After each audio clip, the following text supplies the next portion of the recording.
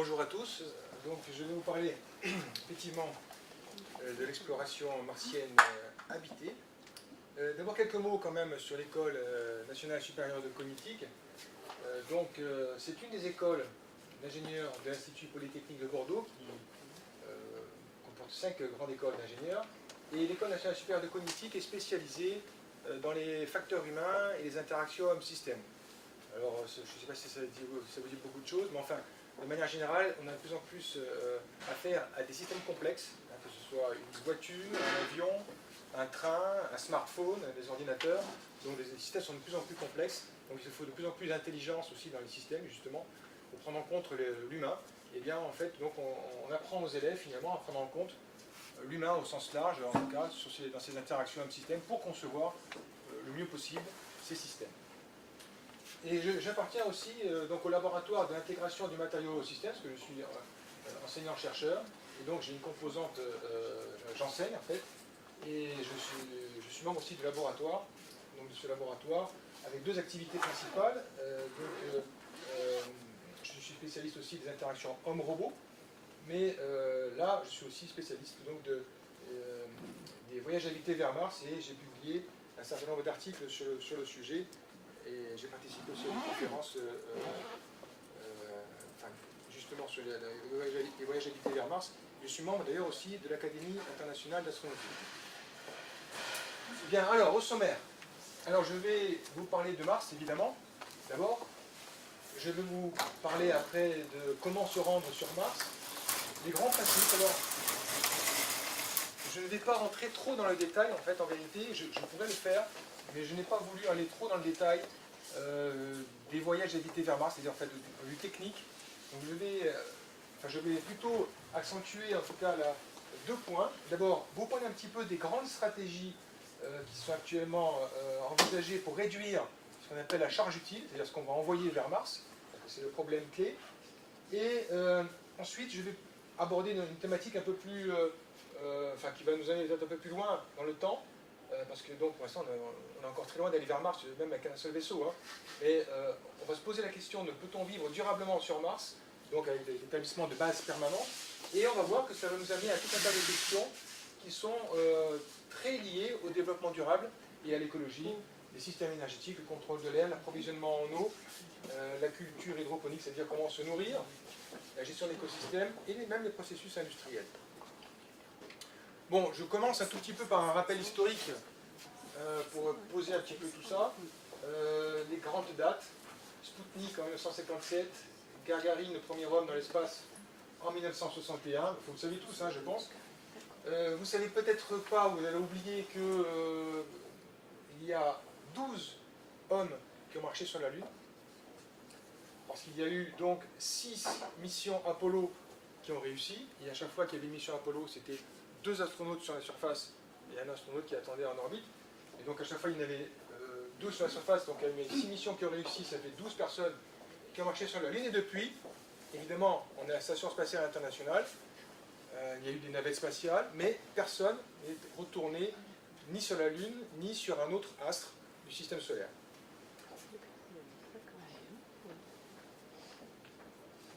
Alors la planète Mars, rapidement, le rayon de la planète Mars, c'est 3400 km, mais si je vous montre cette image-là, vous comprendrez un petit peu mieux. Donc voilà la taille de Mars relativement à la Terre. Donc vous voyez, grosso modo, c'est à peu près la moitié de la Terre, enfin relativement au rayon. La période de rotation autour du Soleil, c'est 687 jours, c'est-à-dire à peu près 2 ans. C'est-à-dire que la Terre fait 1 an, pour tourner autour du Soleil. Mars, à peu près 2 ans. La période de rotation sur elle-même, 24h40. Alors ça c'est intéressant, surtout si on veut vivre un jour sur Mars, parce que donc, nous c'est 24 heures, hein, et bien Mars c'est 24h40, donc finalement le cycle jour-nuit eh bien, est très proche de celui de la Terre. La température, moins 63 degrés en moyenne. Donc là c'est très très très froid, évidemment. Alors c'est une moyenne, en vérité ça monte des fois un petit peu au-dessus de zéro. Mais de toute façon, on ne peut pas vivre sur Mars, on ne peut pas respirer sur Mars, il faut de toute façon revêtir un scaphandre très protégé.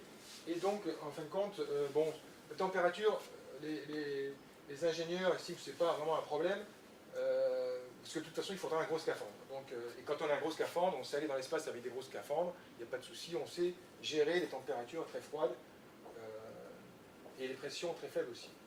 Donc la pression atmosphérique, d'abord, excusez-moi, la gravité martienne d'abord, un tiers de la gravité terrestre, bon, c'est parce que ça, comme Mars est plus petite, évidemment, la pesanteur sur la surface de Mars est bien plus faible que celle qui est sur la Terre, donc c'est un tiers de la gravité terrestre.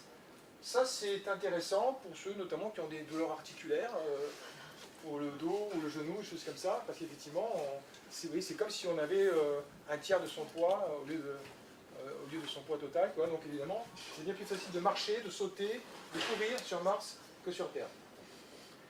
La pression atmosphérique est de 6 millibars. Alors, sur Terre, c'est 1000 millibars, hein, à peu près, donc au niveau de la mer. Donc, pression atmosphérique 6 millibars, c'est très très faible. C'est pas le vide, mais en tout cas, il n'y a pas beaucoup d'air, c'est ça que ça veut dire. Ça correspond d'ailleurs au niveau, parce que sur Terre, on pourrait dire, tiens, si on monte en altitude, il y a moins de pression, eh bien ça correspond à une altitude de 25 km. Bon, on ne peut pas aller à 25 km d'altitude, hein, mais en tout cas, si certains, certains l'ont peut-être fait d'ailleurs dans des ballons ou dans tout cas des cas très particuliers, mais évidemment, on ne peut pas respirer avec 6 millibars, et en plus, l'atmosphère est composée à 95% de gaz carbonique. Donc, même si on pouvait survivre à une telle pression, eh bien, c'est du gaz carbonique qu'on ne peut pas respirer. En tout cas, c'est intéressant parce qu'en même temps, vous allez voir un peu plus tard, on pourrait sans doute exploiter le gaz carbonique qui existe dans l'atmosphère martienne, ce qui n'est pas le cas de la Lune, par exemple. Concernant l'eau, les conditions sont telles, c'est-à-dire en termes de pression atmosphérique très faible et température qui monte rarement au-dessus de zéro, qu'il ne peut pas y avoir d'eau liquide à la surface de Mars. C'est-à-dire qu'en fait, d'abord, il y a de l'eau, mais sous forme de glace ou sous forme de vapeur. Et en fait, si vous avez fait un peu de thermodynamique, enfin en tout cas, il y a des propriétés qui font que quand il fait très peu de pression et très très froid, et bien donc quand on chauffe éventuellement, la glace passe directement à l'état de vapeur, et si on refroidit, la vapeur repasse à l'état de glace. Et il y a des échanges comme ça, si vous voulez, entre vapeur et glace, mais il n'y a pas de passage par l'élément liquide. Donc on ne peut pas avoir d'eau liquide sur Mars. En tout cas, c'est quand même important qu'il y ait quand même de la glace, parce que pour la vie, si jamais si on veut installer des bases permanentes, et bien là, c'est intéressant d'avoir de l'eau à disposition. Alors sous forme de glace, pas facile à exploiter, mais il y en a, c'est quand même important. Présence de vie actuelle, a priori non. Et vous savez d'ailleurs qu'un des points essentiels, en tout cas ceux qui cherchent la vie sur Mars, les spécialistes de la vie extraterrestre, cherchent d'abord des fossiles, en fait, en vérité, sur Mars. Pas vraiment de la vie qui existerait, parce que, en tout cas, si la vie ressemble à ce qui est sur Terre, ce qui est peut-être, probable, souvent, pour la plupart des scientifiques, eh bien, il faut de l'eau liquide, justement. Sans eau liquide, on ne peut pas avoir la vie qui se développe. On peut survivre, mais on ne peut pas se développer. C'est-à-dire, en fait, parce qu'en fait, les cellules, pour se reproduire, ont besoin justement d'un liquide et de pouvoir s'alimenter, finalement. Donc on peut survivre éventuellement, mais on ne peut pas se développer s'il n'y a pas d'eau liquide.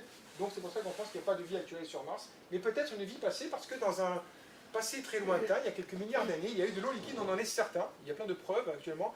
Les spécialistes de l'astrophysique en sont convaincus. Il y a eu de l'eau liquide à un moment donné à la surface de Mars. Et donc, peut-être qu'il y a eu de la vie passée sur Mars.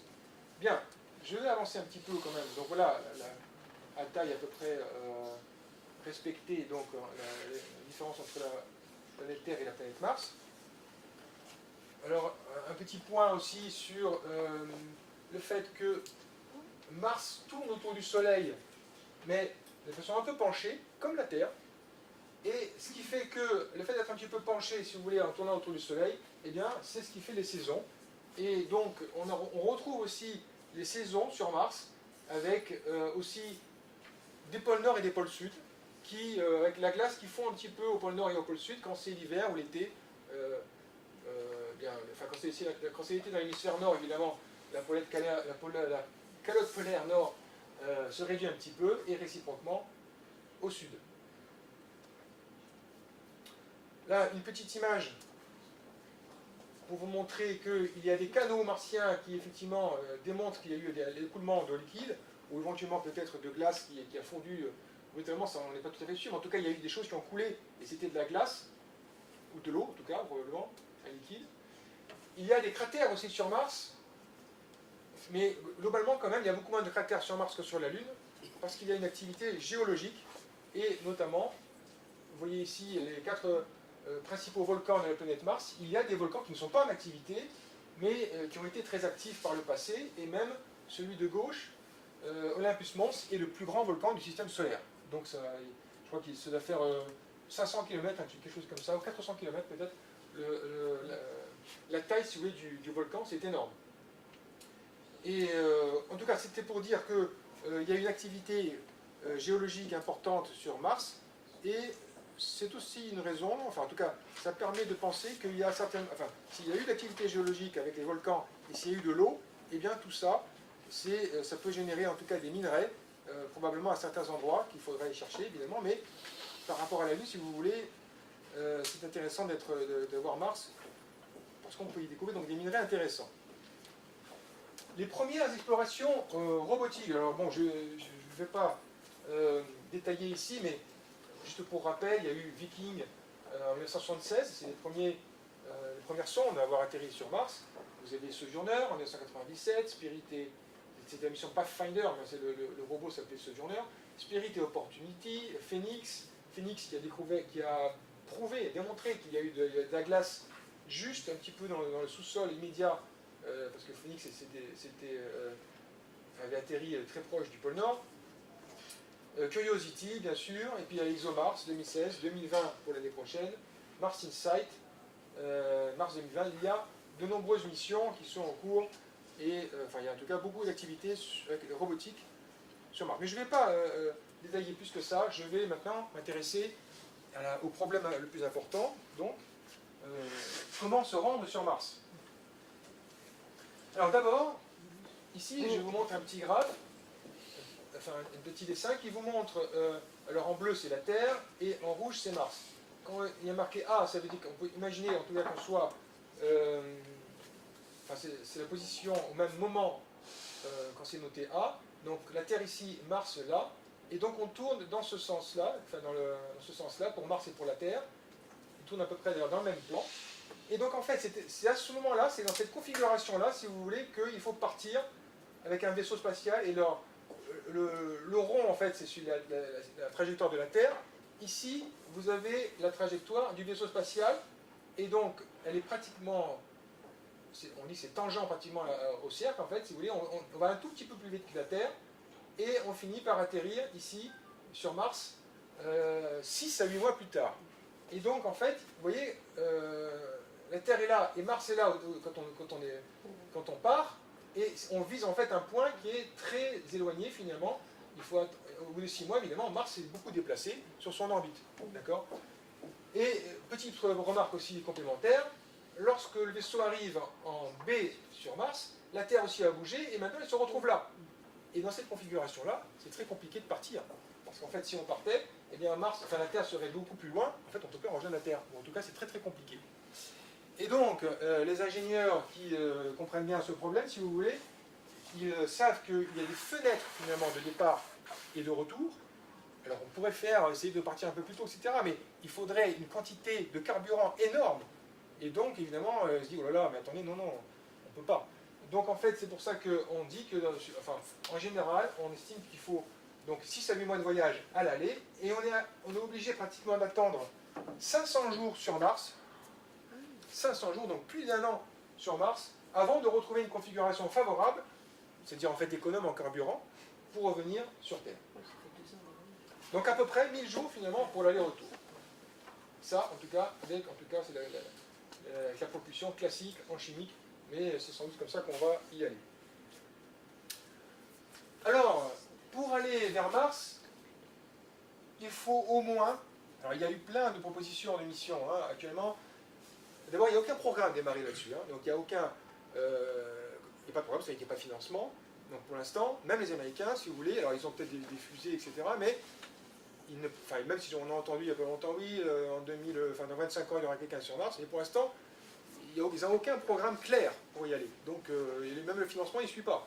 Pas vraiment, ou en tout cas, vraiment à peine quoi. Donc pour l'instant, il n'y a pas de programme clair, surtout de la manière d'y aller. Donc il y a plein de propositions qui ont été faites en ce sens, et moi-même d'ailleurs j'y ai participé, parce que vous voyez, j'ai publié des articles sur le sujet, donc dans des revues spécialisées, ça s'appelle Acta Astronautica, et j'ai publié une proposition de mission, justement, où il y avait 4 fusées géantes à faire décoller.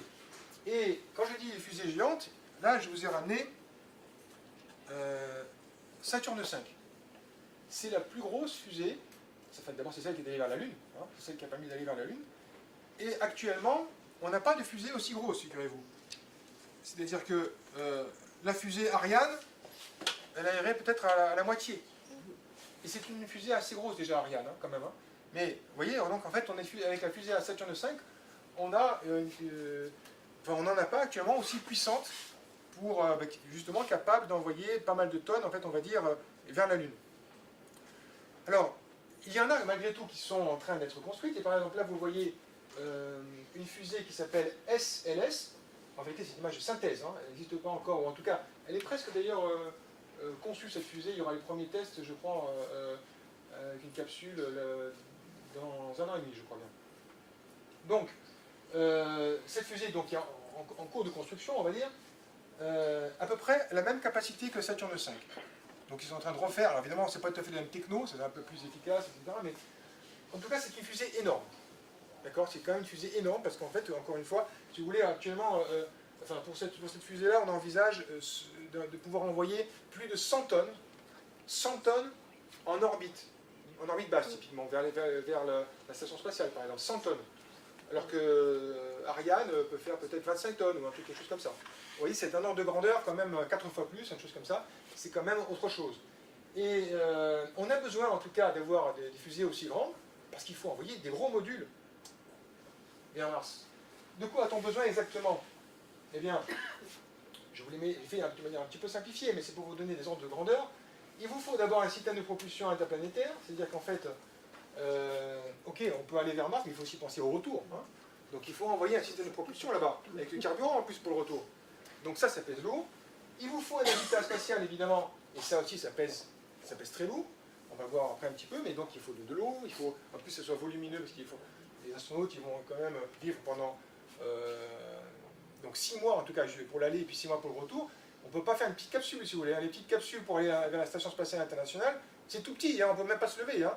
On ne peut pas pour 6 mois raisonnablement penser. Donc en fait, il faut véritablement un habitat avec un minimum de confort.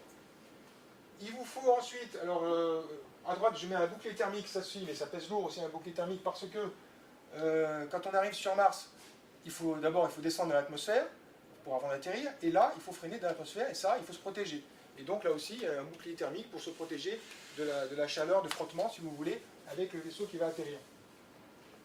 Vous avez aussi un atterrisseur, parce que donc a priori, en tout cas vous avez un habitat spatial, mais sans doute que c'est différent à discuter, mais en tout cas c'est différent de l'atterrisseur, parce que de toute façon si vous avez un atterrisseur aussi, il faut revenir en orbite, enfin bref, donc il vous faut donc un atterrisseur plus l'habitat pour la surface, et puis il vous faut aussi penser à remonter en orbite. Alors habituellement on n'essaie pas de faire remonter un énorme vaisseau, ça serait très compliqué, on essaie de faire remonter un tout petit vaisseau, donc il faut y penser à l'amener sur place aussi évidemment, pour rejoindre sans doute la fusée qui serait restée en orbite. Enfin, tout ça, c'est pour vous montrer, d'accord, peu importe les détails, il y a beaucoup de choses à amener. Elles sont toutes lourdes, hein, pratiquement. Pour chacun des gros éléments, si vous voulez, il faut une fusée. Et c'est pour ça que je vous ai dit, il faut au moins 4 lanceurs lourds à gauche. Vous voyez, 4 fois, il faut lancer une grosse fusée comme ça, parce que chaque élément, pratiquement, eh bien, ça fait, enfin, à envoyer vers Mars, hein, parce que quand on dit en plus, si vous voulez, 100 tonnes en orbite basse, en vérité, si on va aller plus loin, on va aller vers Mars, là, il n'y a plus que 30-40 tonnes. Si vous voulez, d'accord. Donc en fait, même si on a une capacité de 100 tonnes, il ne reste plus que 30 tonnes vers Mars. Donc évidemment, c'est pour ça que 30 tonnes, c'est le système de propulsion, ou alors l'habitat, ou alors l'atterrisseur, ou le véhicule de remontée. Bref, voilà, il faut 4 fusées finalement pour aller vers Mars. Et il y a aussi d'ailleurs un élément ici pour la fin du voyage, parce que quand on revient à la fin du voyage, là on peut se contenter d'une petite capsule, mais il faut quand même penser que lors du dernier jour de la mission, quand on revient vers la Terre, on va faire une rentrée atmosphérique, il faut une protection thermique, il faut ce qu'il faut, et donc une capsule typiquement pour le retour des astronautes, au moins le dernier jour typiquement. Bon, tout ça c'est compliqué. voyons un petit peu aussi les besoins des astronautes. Alors, l'air, pour commencer. Eh bien, voilà un chiffre qu'on voit rarement, mais en tout cas, on consomme, un être humain consomme environ 1 kg d'oxygène par jour, et donc par personne. Et il faut penser, donc là, évidemment, alors c'est pas une masse qui va être très importante concernant l'oxygène, mais malgré tout, si la mission dure 1000 jours, eh bien, ça fait quand même une tonne, vous voyez, d'oxygène à emporter, en tout cas, si on ne fait pas de recyclage, si on pense à tout emporter dans des bouteilles, quoi, si vous voulez. Hein. Donc ce serait une tonne quand même, finalement, d'oxygène à emporter, par personne. Concernant l'eau, alors là aussi on peut discuter, et on discute toujours beaucoup d'ailleurs sur ce sujet, mais classiquement, on a un besoin de 12 litres par jour et par personne, sachant que l'eau, il n'y a pas qu'un besoin pour boire, il y a un besoin aussi pour hydrater les aliments. Quand on fait des pâtes, il faut de l'eau. Il y a beaucoup d'ailleurs justement d'aliments déshydratés, importés.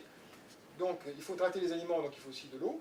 Il faut se laver les mains, il faut se laver tout court, il faut laver peut-être aussi différents appareils, les systèmes. Bref, on a besoin de pas mal d'eau, de beaucoup d'eau finalement. Donc 12 litres d'eau par jour. Et là par contre ça fait beaucoup, hein. Imaginez 12 litres d'eau par jour et par personne. Si vous avez déjà une personne, donc ça vous fait pour 1000 jours 12 tonnes. Une personne, 12 tonnes. Alors là ça commence à faire beaucoup, vous voyez, on commence à... Ensuite on peut aller plus loin comme ça, la nourriture 1 kg par jour et par personne à peu près. Mais il n'y a pas que ça, après il faut penser à l'énergie, alors il faut penser à des panneaux solaires, des batteries, plein d'autres choses, pourquoi pas. Il y a les commodités, il nous faut sans doute un endroit pour faire la cuisine, une salle d'eau, des WC, des affaires personnelles, combinaisons, je vais des fois affaires personnelles d'ailleurs. Enfin, en tout cas, les appareils scientifiques, par exemple. Il faut un espace libre aussi, quand même, et peut-être aussi d'ailleurs une chambre individuelle. Bon, c'est un minimum, parce qu'en fait, c'est une question de facteur humain. On ne peut pas penser à mettre tout le monde dans un même dortoir. Quand on a 3 ans, enfin 1000 jours à passer ensemble, il vaut mieux avoir un espace libre, un minimum. Et donc, en fait, du coup, bien, tout ça, il faut y penser. Et donc, c'est trop lourd, en fait, quelque part. Enfin, c'est trop lourd, en tout cas, oui, si je prends texto directement ces informations-là, c'est trop lourd. Alors, quelle stratégie pour réduire la charge utile et la taille des vaisseaux? La première idée, et ça, tout le monde y a pensé, finalement, et, depuis les années 90, il y a des gens qui ont commencé à se dire, mais pourquoi est-ce qu'on ne produirait pas le carburant sur place en exploitant les ressources locales? Parce que sinon, il faut amener tout le carburant là-bas.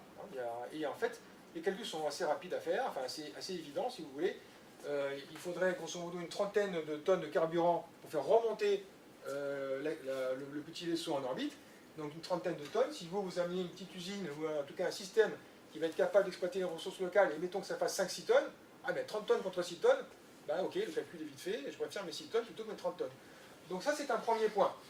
Ensuite, on va se poser la question du recyclage maximum des consommables. Par exemple, l'eau, on va recycler, hein, parce que c'est pas 12 tonnes par personne, ça ne va pas le faire. Donc on va essayer au contraire de récupérer toute l'eau et puis de la traiter comme il faut et la réinjecter dans le circuit. Et puis après, il y a une autre méthode aussi importante. Donc j'ai vraiment mis les points fondamentaux, si vous voulez, ici. Ça s'appelle l'aérocapture. Et il y a d'ailleurs des débats à ce sujet très important parmi les spécialistes. L'aérocapture, c'est quoi? Là, ça concerne le carburant. Quand vous arrivez de la Terre et vous approchez Mars, vous arrivez avec une grande vitesse. Et il faut freiner. Alors, je ne parle même pas du freinage dans l'atmosphère, je parle du freinage d'arrivée, si vous voulez. Et parce que vous arrivez, si vous voulez, avec 6 km/s, quelque chose comme ça, ou parfois même un peu plus, ça dépend. Mais il faut freiner. Et d'ailleurs, en général, on ne veut pas atterrir tout de suite. On veut quand même, parce qu'il faut se poser à un endroit particulier. On ne veut pas se poser n'importe où non plus. Donc en général, ce qu'on veut faire, c'est se mettre en orbite d'abord, avant d'atterrir. On va se mettre en orbite.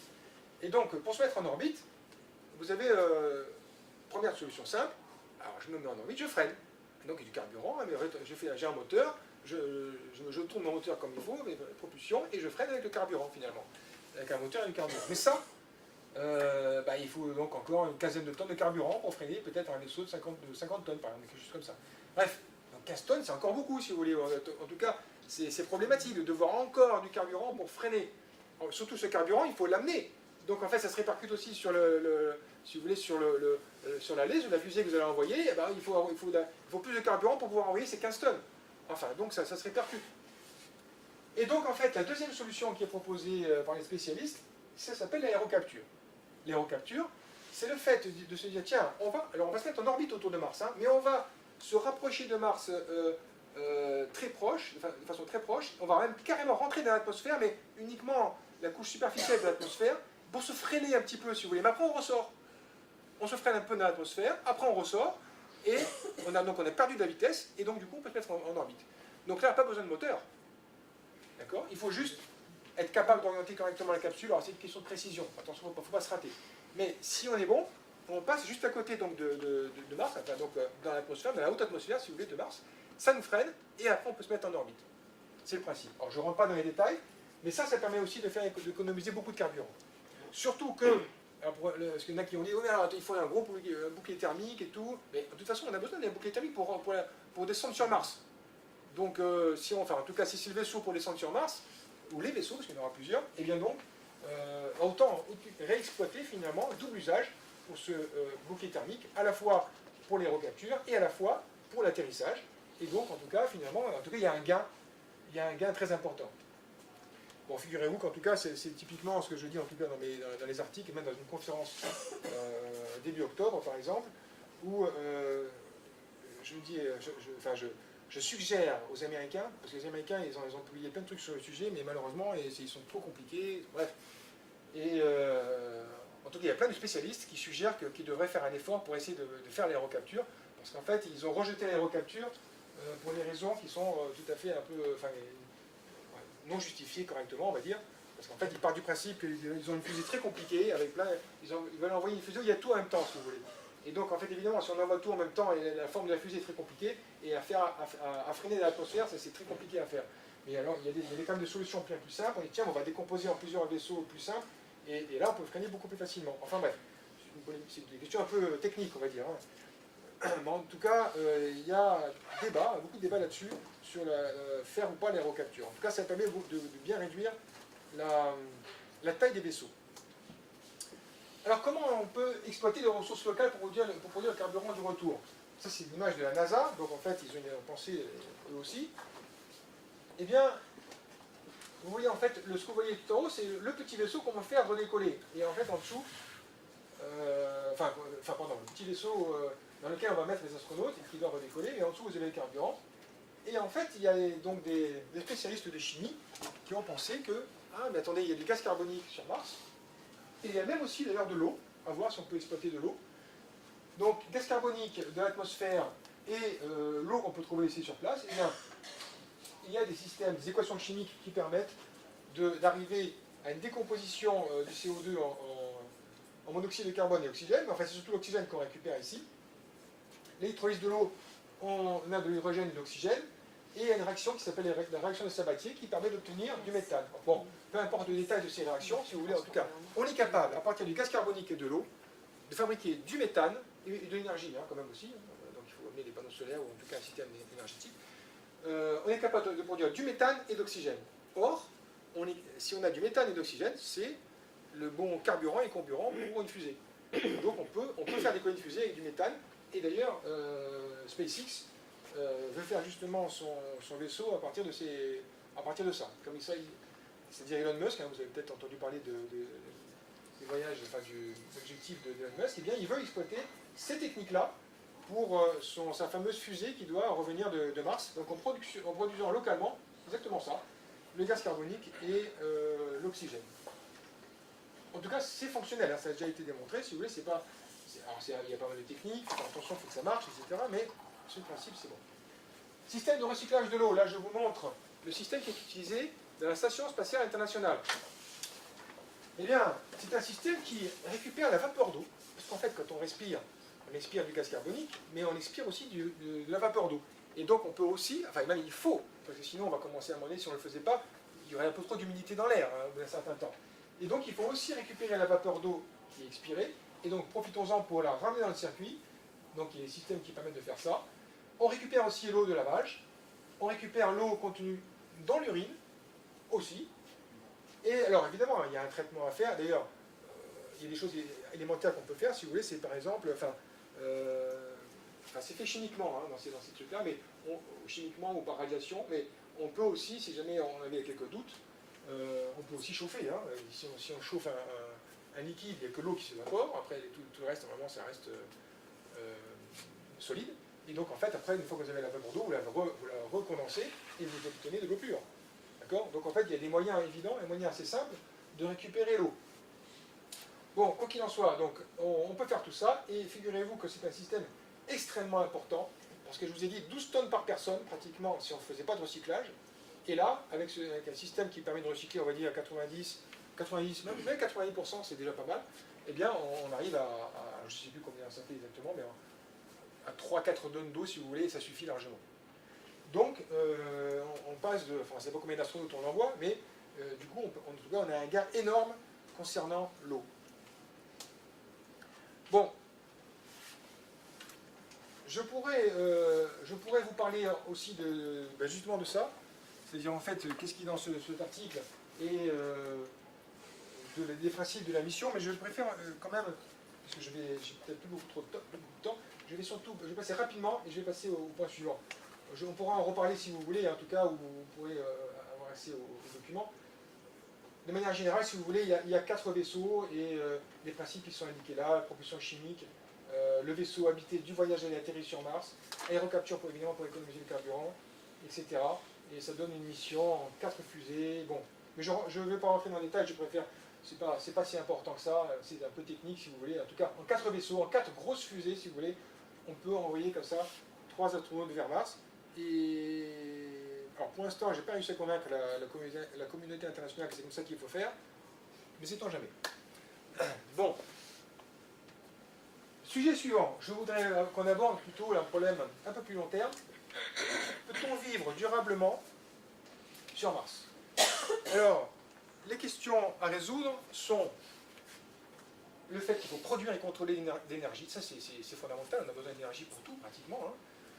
Donc il faut produire et contrôler l'énergie, il faut contrôler l'air, il ne faut pas ouvrir la fenêtre, donc il faut contrôler l'air à l'intérieur de la base, l'eau, il faut pouvoir produire de l'eau et la contrôler, il faut produire de la nourriture tant que possible, pour éviter de la faire venir de la terre, et puis il faut fabriquer autant que possible et tout ce qu'on peut, sachant que voilà, il n'y aura pas de fabricants de quincaillerie au coin de la rue pour récupérer tout. Donc, en vérité, c'est ce que je vais vous montrer, c'est qu'on a des problématiques, vous allez voir, à mon sens, donc, du développement durable. C'est un petit peu un schéma général des problématiques, avec l'écosystème, à mon sens, qui doit être mis au centre, avec gérer l'atmosphère, le sol, l'eau, la biologie. Et puis, les systèmes énergétiques sont fondamentaux, les systèmes industriels aussi. L'environnement et le cadre bâti, évidemment, ça supporte tout. Et puis, les facteurs humains sont à prendre en compte aussi. Alors, assez brièvement, mais de manière très importante quand même, les systèmes énergétiques, il n'y a pas d'hydrocarbures sur Mars, ça c'est sûr. Parce que l'hydrocarbure, vous savez, ça vient des anciens étangs, je crois, enfin en tout cas de vie fossile, en fait, on va dire, de manière générale. Et donc, il n'y en a pas sur Mars, et donc on ne peut pas avoir ni charbon, ni pétrole, ni gaz naturel. On ne peut pas faire comme ça pour l'énergie. Pas d'uranium non plus, a priori. Et donc, du coup, on est obligé de revenir, enfin, d'aller vers les énergies renouvelables. Le solaire, bien entendu. L'éolien, il y en a. Il y a un peu de vent sur Mars, mais pression atmosphérique très faible. Donc, c'est pas très efficace. Il y a peut-être une énergie géothermale. Ça, c'est encore à voir. Et c'est possible, parce que, donc, selon certaines études, bien, ça pourrait être un peu plus chaud en dessous. Donc, pourquoi pas, à voir, à discuter. Et donc après, il faut le stockage. Donc il y a l'énergie solaire, très bien, mais après il faut le stockage. Alors le stockage, ça peut être mécanique, thermique, électrique, chimique, biologique.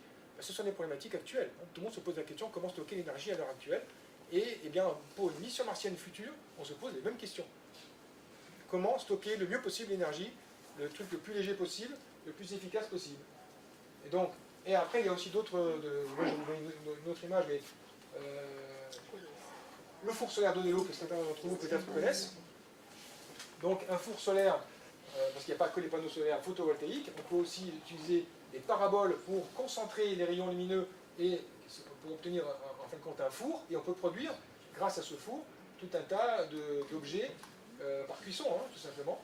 Donc pourquoi pas. Après, j'ai une autre piste aussi envisagée, on peut avoir des photobioréacteurs pour produire par exemple de l'hydrogène. Bon, en tout cas, ça fait partie des problématiques possibles. Contrôle de l'air. Alors, je voulais dire, on ne peut pas ouvrir la fenêtre. Alors, qu'est-ce qu'il faut faire? Il faut éliminer le gaz carbonique. Alors, on peut penser aux plantes, évidemment. Première idée, les plantes, on va les amener. Alors, pourquoi pas? On pourra avoir des plantes. Il faut faire attention quand même aux plantes parce que c'est difficile à contrôler, les plantes. Et puis, s'il y a une maladie, par exemple, du coup, on perd les plantes. Et puis, du coup, on ne peut plus éliminer le gaz carbonique. Enfin, il y a plein de problématiques complexes quand on exploite les plantes. Alors, peut-être qu'il faudra avoir d'autres systèmes. En tout cas, il y a des filtres qui existent, hein, il y a tout un tas de techniques. Là, je vous ai fait donné une petite image d'un filtre qu'on appelle HEPA, et qu'on peut acheter hein, dans le commerce, et qui fonctionne pour éliminer les contaminants de l'air. Enfin, en réalité, les grosses poussières. Les choses comme ça, les grosses poussières, ou en tout cas les particules, enfin les grosses particules.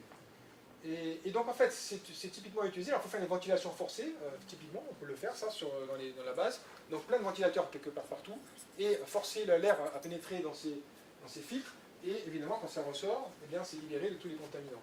Donc enfin, ça, on peut utiliser ce genre de filtres, on peut aussi évidemment utiliser d'autres techniques, des rayons, des choses comme ça, pour eh bien, éliminer éventuellement les microbes qui seraient dans l'air, etc. Bon, en tout cas, on sait faire, hein, la Station Spatiale Internationale est équipée avec tous ces systèmes-là.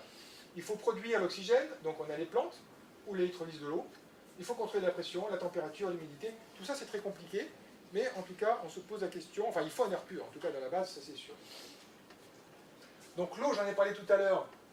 D'abord, on a des besoins énormes, hein, surtout si on rajoute aussi des plantes, parce que donc là, si on veut pouvoir se nourrir, on va ajouter des plantes.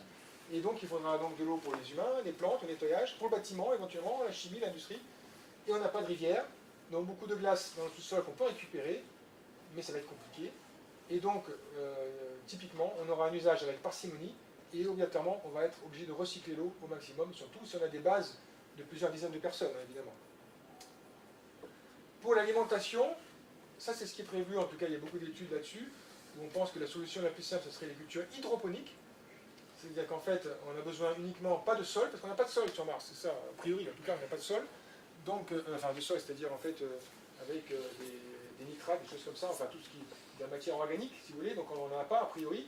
Donc on peut gérer tout ça avec de l'eau, dans laquelle on va mettre tous les ingrédients qu'il faut pour nourrir les plantes. Donc les cultures hydroponiques, ça marche très bien de toute façon sur Terre. Hein. Donc on fera pareil aussi sur Mars. En plus c'est économe en eau, a priori, parce qu'on peut recycler. Là juste un petit clin d'œil. Un projet qui s'appelait Biosphère 2 dans l'Arizona, où ils ont essayé d'être dans un environnement totalement clos, dans une grande serre, enfin plusieurs serres même d'ailleurs, et avec plusieurs écosystèmes. Et ça a moyennement marché en fait cette histoire-là, parce qu'on n'a pas réussi à contrôler correctement justement l'oxygène. Ils ont été à un moment donné obligés de sortir parce qu'il y avait des problèmes de... l'oxygène était en fait absorbé par le sol, il y avait des plantes, hein, mais il y avait un peu d'absorption aussi dans le sol, et finalement ils ont été obligés de sortir. En tout cas, il faudra le faire aussi sur Mars, on aura sans doute aussi des serres, des choses comme ça, il faudra, avec de la vie, il faudra gérer tout ça correctement. Les processus industriels. Alors, sur Mars, c'est évident que si on a 10 personnes, on ne va pas faire des processus industriels, mais si on a une base permanente avec 100 ou 200 personnes, ou plus, et bien là, on va peut-être commencer à se poser la question, qu'est-ce qu'on va pouvoir produire sur Mars? On peut produire du verre, parce qu'il y a du silicium avec du sable, il y a du fer, il y a plein de roches qui sont forte teneur en fer. Bref, on peut aussi penser à la chimie, avec du gaz carbonique et de l'eau. Eh bien, en tout cas, tous ces processus-là, il faudra y réfléchir à deux fois avant de faire exactement ce qu'on fait sur Terre, parce qu'il y a certaines choses qu'on n'aura pas. D'abord, on n'aura pas des grosses machines qui pèsent des dizaines de tonnes, donc il faudra réfléchir à comment à simplifier peut-être certains processus. Il faudra aussi ne pas avoir à aller chercher un tournevis qu'on n'a pas à la quincaillerie du coin, un tournevis ou en tout cas un boulon ou un truc. Donc en fait, il va falloir bien réfléchir à tous les éléments de chaque machine, on va dire, parce qu'on n'aura pas personne il n'y aura pas un atelier de maintenance spécifique, on ne pourra pas remplacer les machines facilement. Et par conséquent, eh bien, sans doute qu'il faudra penser au cycle de vie de chaque objet, et donc, pratiquement, il faudra faire l'éco-conception. Dès le départ, attention, la machine qu'on va envoyer, la robustesse doit être bonne, évidemment, d'abord, évidemment, et puis il faudra que la maintenance, en tout cas, ça soit facile, et au cas où, qu'on puisse réutiliser peut-être le système, je ne sais pas si c'est un ventilateur qui est peut-être un ventilateur d'une autre machine, qu'on puisse réparer, quoi. Et avec des matériels aussi simples que possible qu'on peut produire sur place. Donc, en tout cas, vous voyez, on sera obligé de se poser vraiment les problèmes de l'éco-conception et du cycle de vie de chaque objet. Bon, je vais peut-être pas aller trop loin là-dessus. Il y a aussi toutes les problématiques d'environnement et cadre bâti. Il y a beaucoup de gens qui ont pensé à ça, c'est-à-dire comment structurer à la base l'habitat, l'écosystème. Il y a plein de gens qui travaillent là-dessus, c'est assez intéressant. Là, je vous ai mis une petite image de SpaceX, avec la fusée de SpaceX qui atterrit, et il y aurait donc après un petit village, pratiquement une grande base juste à côté. Bon, enfin voilà. Il y a encore d'autres images aussi, d'autres concepts, une vue d'artiste aussi, et donc avec des serres qui seraient circulaires, des panneaux solaires. Bon, donc il y a plein de choses encore. Voilà, il y a même qui ont pensé, pourquoi pas, des avions, des fusées, bref, encore. Il est possible de voir des avions aussi sur Mars, assez compliqué, mais c'est possible. Mais qu'on fait les calculs, bon, il faut aller un peu plus vite, ou il y a un peu plus léger, quoi, tout ça, mais c'est théoriquement possible. Voilà, en conclusion, donc, alors j'ai pas trop développé la partie voyage vers Mars. En gros, il faut 15 ans de préparation, en tout cas. Là, je crois que les spécialistes sont à peu près d'accord. Si c'était décidé maintenant, décidé avec le budget qui va avec, hein, parce que pour l'instant, il n'y a pas le budget. Donc, si c'est décidé maintenant, il faudrait grosso modo 15 ans de préparation, avec d'ailleurs des étapes intermédiaires, certaines missions intermédiaires. Au moins, pour la qualification, excusez-moi, parce que dans le spatial, c'est très important, on ne va pas envoyer au charbon, en tout cas, des gens. Il faut qu'on soit raisonnablement certain, enfin, il faut que les risques soient raisonnablement calculés, quoi, si vous voulez. C'est très compliqué, c'est très risqué, hein, mais dans le spatial, on a l'habitude, il y a des normes, en fait, si vous voulez, on qualifie les systèmes. Parce que ça va être flight proven, comme on dit. Hein. Donc, en fait, il y a des processus, des procédures de qualification, il faudra les passer, et c'est pour ça qu'il faut 15 ans de préparation, d'ailleurs. Bref, donc au moins 4 fusées lourdes, en mission d'environ 3 ans, et les problématiques des bases permanentes ensuite, comme je vous l'ai indiqué, eh bien, énergie renouvelable, de l'eau, il faut enfin l'économie et la recycler, l'air et l'écosystème sont très fragiles, on ne peut pas ouvrir la fenêtre, on n'a pas beaucoup de solutions, donc il faut vraiment faire avoir du zéro pollution et tout contrôler. Et concernant l'industrie, même si elle est minuscule et isolée, enfin du fait qu'elle est isolée, en tout cas, il faut faire de l'éco-conception. Voilà. Alors pour aller plus loin, je vous indique 2 documents, enfin 2 livres. Le premier de gauche a été écrit par l'association, des membres de l'association Planète Mars, dont je suis membre, et co-auteur d'ailleurs. Enfin mon nom est écrit sur la page de couverture, mais derrière.